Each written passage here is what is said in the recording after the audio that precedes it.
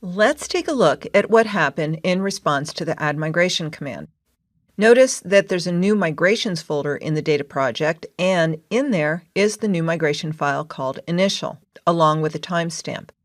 There's another file in there called pub context model snapshot, and that's where Entity Framework Migrations keeps track of the current state of the model. The snapshot file is really important because next time you add a migration, EF Core will start by reading the DB context to determine the current state of the data model. Then it will read the snapshot of the previous state of the data model and compare it to the new version of the model. And that's how it figures out what needs to be changed in the schema and is able to create a new set of migrations to get caught up. And it updates the snapshot. And the snapshot file is just a file. It's part of the project, and it can participate fully in source control when you're using EF Core and migrations across members of your team. If you're coming from pre-EF Core version of Entity Framework and you're on a team that's been using migrations, this is a really important improvement that we got with EF Core. The code in the migration file uses EF Core's migration API to describe what needs to happen in the database. So the first thing here is logic to create a new table called authors, along with the needed columns, ID, first name, and last name. And there's annotations here to describe the data types and nullability. It's important to point out that the columns for the strings are all non-nullable. This is a default for Entity Framework Core with strings, although the database provider is ultimately responsible for that decision. And nullability is a little complicated, but I will dig further into it later on in the course. Let's look some more at the migration file. Notice the annotation for the ID. It specifically says SQL Server Identity. That's because migrations did read the configuration information that we supplied in the pub context and knew that we're targeting SQL Server. And so it interacted with the SQL Server provider in order to determine some important metadata in this file. The way it was able to determine what these attributes should be is by using EF Core's defaults. We haven't told it to do anything other than to use its defaults, such as the table name matches the DB set name, and column names match the names of properties in the class. Even these data types are determined by convention. EF Core has a default mapping for many .NET types. And you can see it's also defining constraints for the authors table. And the only constraint here is that the ID column is the primary key. Then there's the books table and its columns. And look, even though I don't have an author ID property in the book class, EF Core knows that the database is going to need that in order to keep the relationship recognized in the raw data. The books table also has its constraints, and not just the primary key, but the foreign key connecting it to the authors table is described as well. I'll address this further on in the course when we get into relationships, but for now, it's good to know that EF Core recognized the one-to-many relationship that I created between my classes, and it inferred the relevant primary key and foreign key constraints when determining the tables that the classes map to in the database. It even specified an index. And EF Core's conventional rule behind indexes is to create an index for every one of the foreign keys that it discovers in the model. All of this logic is part of a method called up. And here's another method called down, and that's used if we ever want to unwind this particular migration. So that's it for the first migration, and the syntax is very similar to how migrations looked in Entity Framework 6, if that's what you're used to. With the migration in place, we now have everything we need in order to create a database. Not only do migrations give me the ability to have Entity Framework create the database for me directly, I can also have it generate a script, which is an important feature for working with a production database or sharing your development database changes with your team. The PowerShell command to update the database directly is update-database. And if you're using the CLI, that command is .NET EF database update. In response, EF Core will read the migration file and create the relevant SQL in memory. If the database doesn't exist yet, it will create the database using the connection string, and then it will apply that SQL to the database. If you're only creating a script, you'll use the script-migration PowerShell command or .NET EF migrations script in the CLI. In this case, EF Core will again read the migration and build the relevant SQL, but this time it puts the SQL into a file, and then it's done. With my development database, I'll typically let migrations go ahead and create and update the database for me on the fly. But with a production database, a more common scenario is to take advantage of the ability to generate the SQL and taking more control over how and when it's applied to the production database.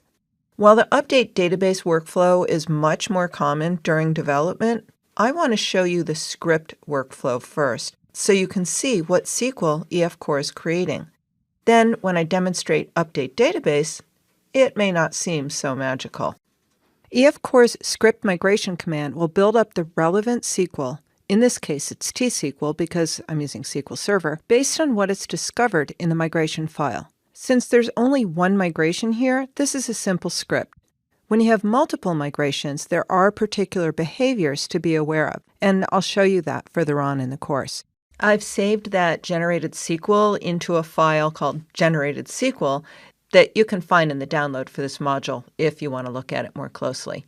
And now I'll show you how you can let EF Core migrations directly affect the database with the update database command. Before I run that, I do need to point out that I deleted the database which was created by ensure created in the previous module. So now the database does not exist at all, nor does any of the data that we've been working with.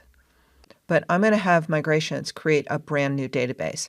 I haven't changed the connection string, so the new database will still be called pub database. In fact, if we look back at the migration, there's nothing in there that says create the database. That's actually handled by the internal code inside of migrations, which first checks to see if the database exists or not before the migrations run. If it doesn't exist, then EF Core will first create that database at the given location. If you've created a script and you're running that, you will be responsible for creating the database yourself. I won't be using any of the update database parameters, although I will use a parameter that's common across PowerShell, which is the verbose parameter.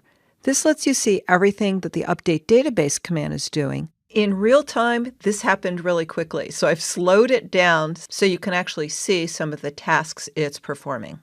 And if you want to pause the video in various places, you'd be able to see that it's discovering the correct projects, it's rebuilding the solution, and then finding all of its assets. Finally, it applies the migration, and it's done. The whole process took about 3.5 seconds. Now, after I refresh the SQL Server Object Explorer, you can see the new pub database and its authors and books tables. Those pluralized names were driven by the way I named the DB sets in my DB context. So what about that history table? Its job is to keep track of which migrations have been run on the database, and its columns are migration ID and the product version that was used. I want to look at the tables from a different perspective. I can't do this from Visual Studio, so I'm using Microsoft's IDE for SQL Server called SQL Server Management Studio. I just happen to have it installed already on my computer, so I'm taking advantage of it. You can see that it created primary keys. You can also see that the default data type derived from my string properties is an nvarchar max. Everything here is as it was described by the migration file. So in the background, it did create the same SQL that we got when we scripted the database and then just executed it on the database for us. If you're coming from an entity framework background, none of this is any different from what you're used to with EF6 or earlier versions.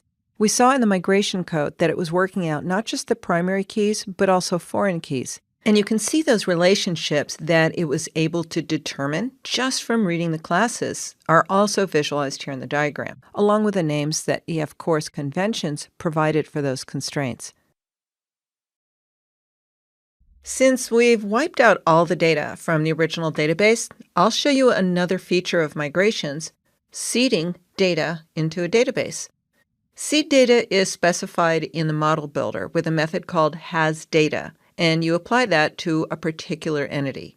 So we'll seed some authors into the database, and I'm using the generic entity method of the model builder to tell it I want to do something to how the model builder sees the author entity.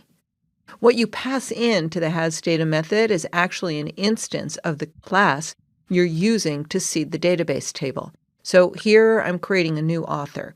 And then you need to supply values for the non-nullable scalar properties. And most importantly, even if your database generates primary keys, you still have to supply values for the keys anyway. When you add a migration, EF Core will read this hasData method and create migration logic for the inserts. And then migrations will apply them either directly when you update the database or add the relevant SQL to any script you create. Let's go ahead and get some authors back into the database. Here's the onModel creating method, and I've set up hasData to add a new author with the ID 1, first name Rhoda, and last name Lerman. You can also pass in an array or some type of collection of objects. Here I'm pre-creating an array of 5 more authors, and notice I'm setting their IDs 2, 3, 4, 5, and 6, and then just using the array as the parameter of hasData. While this is the most common way to use the hasData method, you can learn a few other ways in the EF Core docs, and I'll put a link in the resources at the end of the module. Remember earlier when you learned about the workflow for model changes and how the snapshot file is involved in that? Well, now that you're aware of the seeding feature, I want to add a little more information to that. Migrations also reads the hasData information. So when I run this next migration, it's going to notice that there's seed instructions. It will compare it to the previous snapshot, which had no seed instructions. And therefore, since that's actually the only change that I've made to the model, it knows that the migration file it needs to create needs to include those database inserts. And it does store that into the next snapshot. So if I add some more hasData logic later, it will know which is new and which was already taken care of. Next, I've added a new migration called Seed Authors. And you can see that this uses the migration's insert data method to describe the insert. In this case, the SQL Server provider will ensure that it's okay to insert primary key values for the operation. And in the down method, since we know the IDs of each of the new rows, this code unwinds the migration by deleting each of the rows. Now I can call Update Database in the Package Manager console, and it tells me that it's applied the Seed Authors migration. And here's the migration history file where you can see that it's tracking both migrations now. And here's the author table with all its new data. Before digging in, I do want to be sure you understand that this new mechanism isn't destined as a solution for every seeding scenario. And many teams may already have their mechanism for seeding test databases in place. It's best for situations where you want to seed with static data. In other words, you don't expect that seed data to change after it's been seeded. Well, at least not changed frequently and dramatically. You should avoid combining this method of seeding with other methods. Otherwise, you could get side effects like overwriting externally seeded data. Another scenario where this method is helpful is when the seed data doesn't have a dependency on anything else in the database. And again, this is to avoid the possibility of side effects. This method is great for testing where you need data in your tests and you want to be sure that they start with a consistent set of data. There's one last point I want to make sure you're aware of about seeding. If you use the hasData method for seeding in your DB context, the ensureCreated method will also recognize and execute that if that method is being used to create a new database.